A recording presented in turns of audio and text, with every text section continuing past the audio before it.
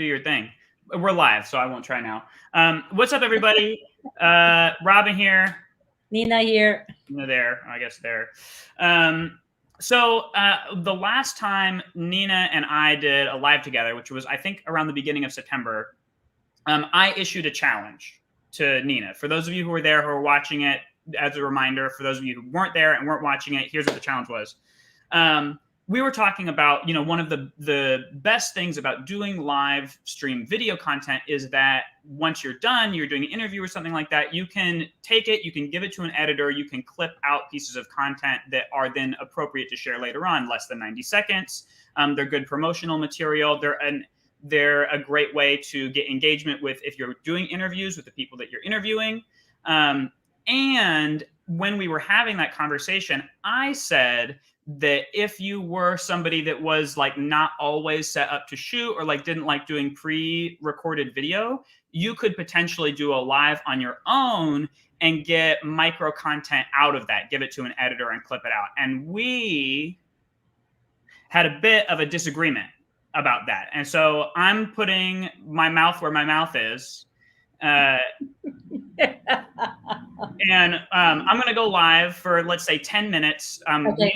Nina's going to drop off. I've got my topic for today. And then the challenge is that out of this, me going live by myself, we're going to be able to get, I don't know, at least one piece, but ideally 3 pieces of micro content that we can use later on.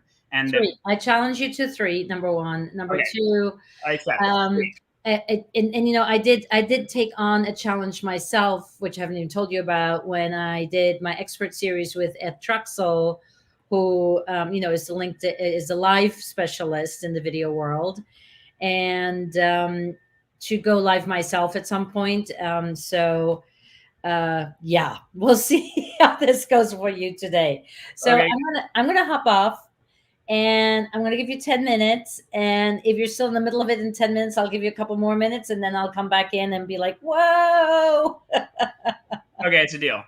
All right. Have some fun, Robin. I'm really curious to watch you. I will have fun. Anybody who's watching, by the way, feel free to drop comments and questions. Interact. I will. Yeah, Nina's going to be poking me. Wait, before I start, I need to tell my wife that she's not allowed to make noise in the background. So what's up, everybody? So I'm going to be talking about like the 3 most common video mistakes that I see on LinkedIn. And just for a little bit of context, so I'm on LinkedIn pretty much like almost every day during the week. And I interact with people. I talk to a lot of people. But one of the main things that I do is I go through what content other people are posting. I'm trying to analyze what is the type of content that gets the most engagement, what people are interacting with the most. And obviously, because we do video, I pay particular attention to the video content that people are posting and what people are doing. Thanks, Stephen. And so I see a lot of people, people on LinkedIn who are doing regular video content. I see it.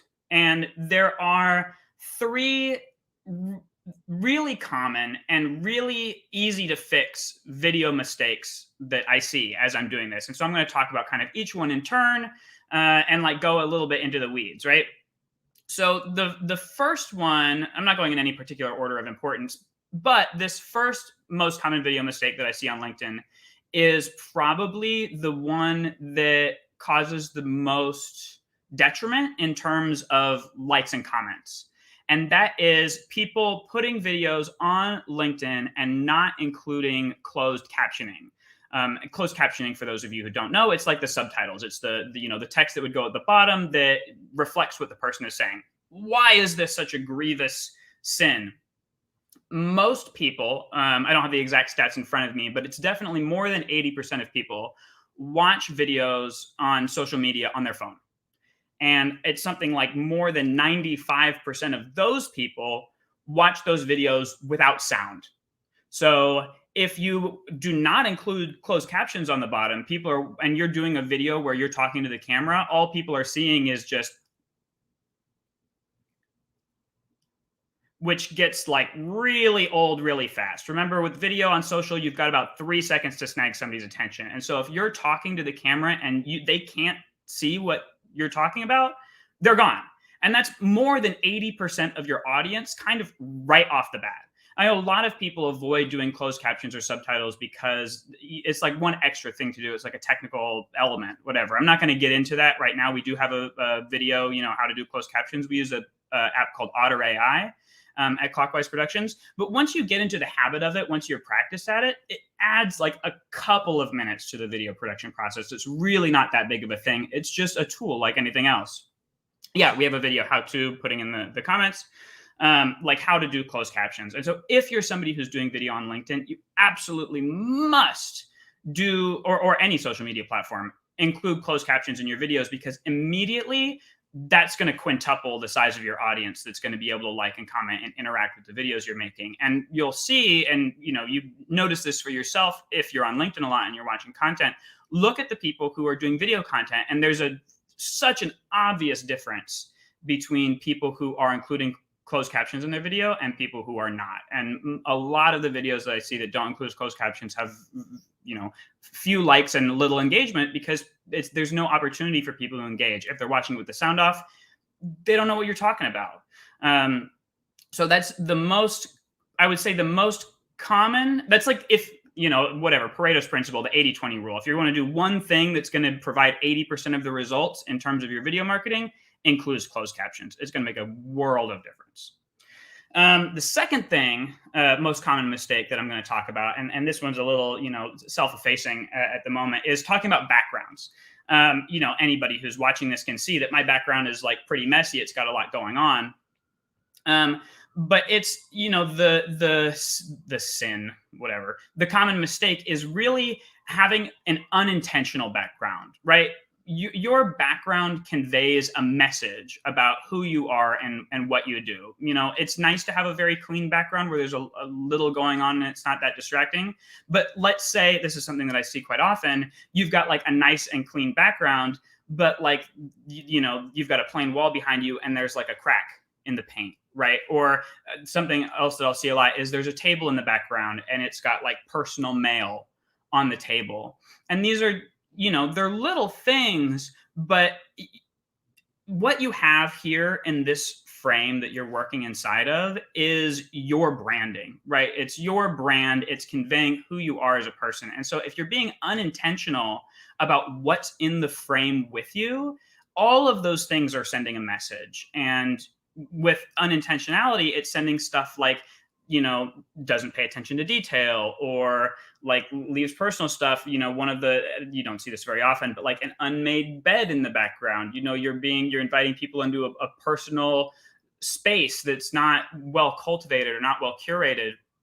And it's so easy to do is to just find, it might take a little bit of work. It might take a little bit of cleanup. When I'm going to, I put a bunch of mail that was on this shelf down here, right before I started recording. It took 2 seconds to do that. And it's like, I know that I've got a lot of stuff going on, but it takes a couple of seconds to just, only include the things in the frame that I'm interested in including, as opposed to just, and we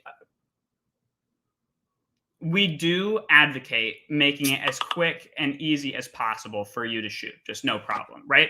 And inside of that, it does only take like a couple of seconds to set up a background where it's easy. And if you're shooting all of the time, you should have like a regular background that is like your spot. You know what I mean? I'm noticing I'm saying like a lot, and I'm like slapping myself mentally for it internally.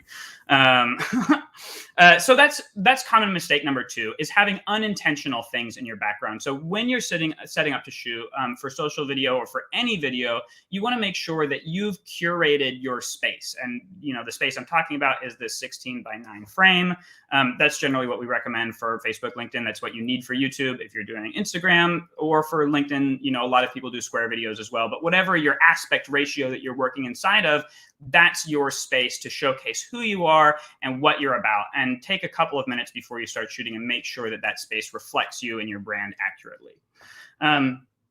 Common mistake number 3, and this is, I guess, again, these are not in order.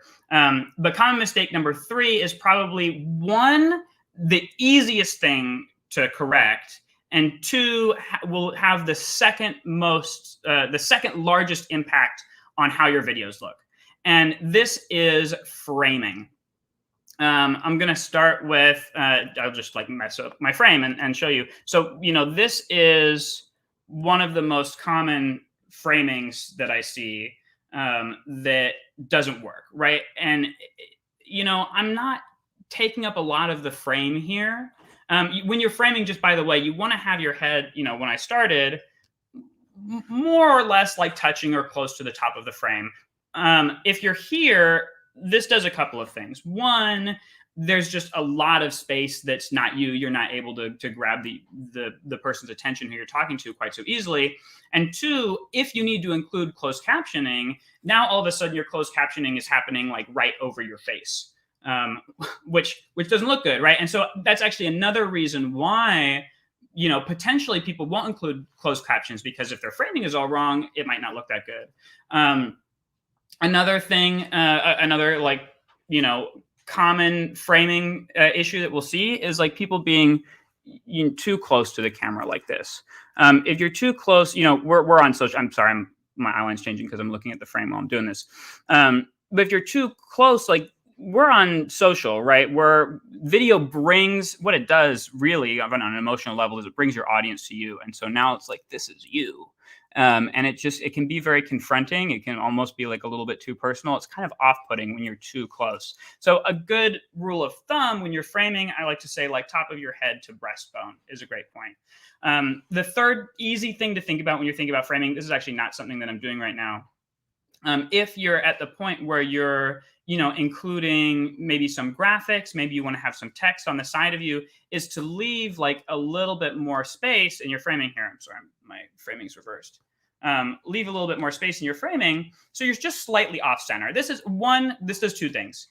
One, just from like a psychological point of view for viewers watching, it looks as if you're speaking, into the listener's space. It sets it up where it feels more conversational, just on an emotional level. And from a practical level, now you've got this space where if you wanted to have any graphics, let's say you're talking and you want to have like a list come up as you're saying, you have this space over here on the side where you could potentially include graphics if you want to. If you'll notice on the clockwise thumbnails that we create, Nina always has like the thumbnail graphic with the title of the video.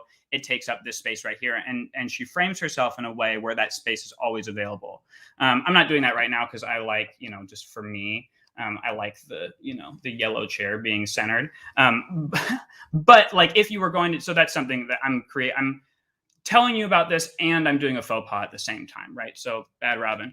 But like that's the third thing to consider. But even if you don't want to worry about that aspect, just by framing yourself, again, head at the top of the camera, or at the top of the frame, breastbone at the bottom of the frame, just make sure that one, your head is not way down here.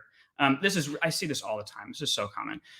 All it takes, just, if you're filming on your phone, you can lower it a little bit. If you're filming on your computer, you can do that. If you need to put a book on your desk or something, just make sure that you're framed correctly, because one, it makes you more approachable. It makes it easier to watch you, and it just looks better. And it's so easy to do.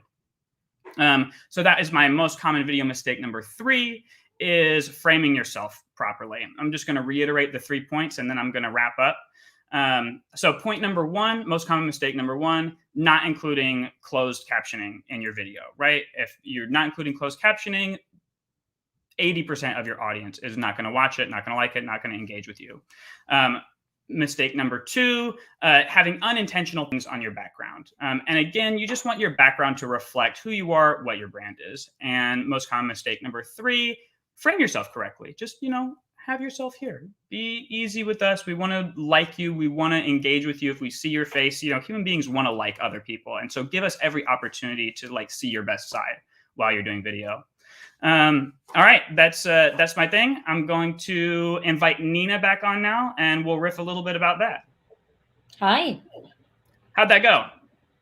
It went well. It went well. You know what I noticed, which is really funny, is I work so hard on myself and with my clients to hit that 90-second mark or less for social media videos. And on the live, it's just such a different experience because you can go much deeper, you can go into much more detail, and you can expand.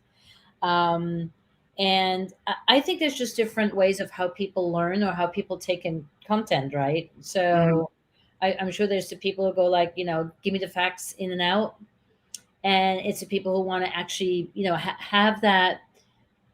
What you're doing right now is really super conversational, which I really like. It's Mhm. sort of it also brings your personality across.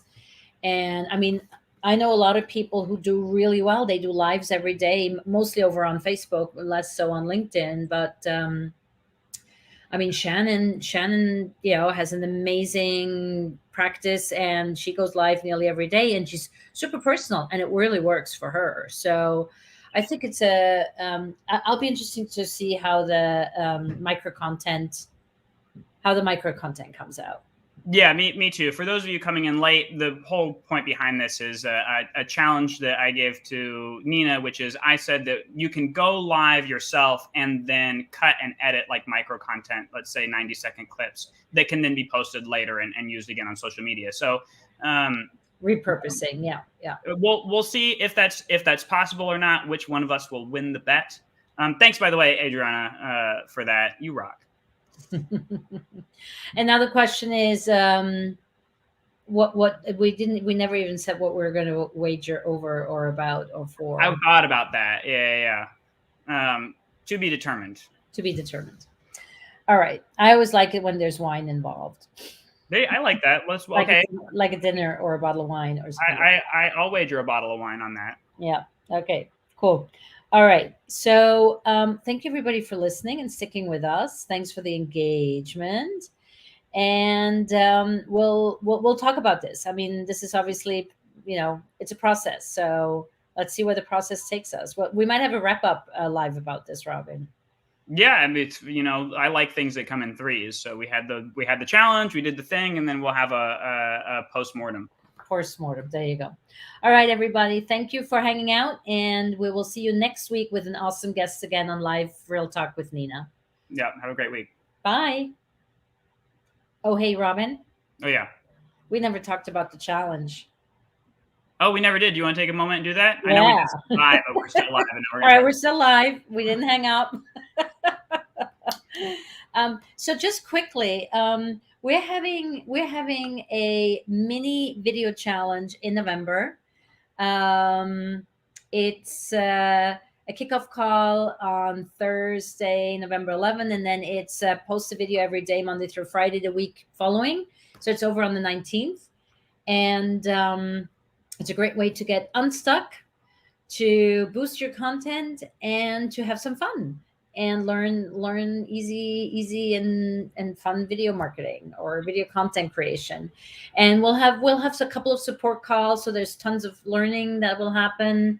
You'll be posting your videos, you will be getting comments and likes on your videos, and it'll be fantastic. Yeah, it's going to be. I just want to say we did. I guess right when the lockdown started, back in spring of 2020, we kind of started this video challenge thing, and we've fallen off it, and we're revisiting it because we got a lot of calls to come back to it. The whatever the pressure to like post a video every day kind of jump starts the video creation process for a lot of people, or re-jump starts it for people that did video and kind of have fallen off. If you're in the position where you've been you've been thinking about like, oh man, I really need to create like X, Y, and Z video, or I want to try this thing out. The challenge is just a great way to do that. My favorite thing that we've been saying about it is like sometimes you just need a kick in the butt, and like this is we'll be happy to provide the kick if you bring the butt. So and it's for free. I don't know whether we mentioned that. So yeah, community service. There you go. All right, I just wanted to I didn't want to miss the opportunity to talk about that. Good reminder. All right, very good. Now I'm going to end the live. All right. Okay. Bye for real. Bye all. See you.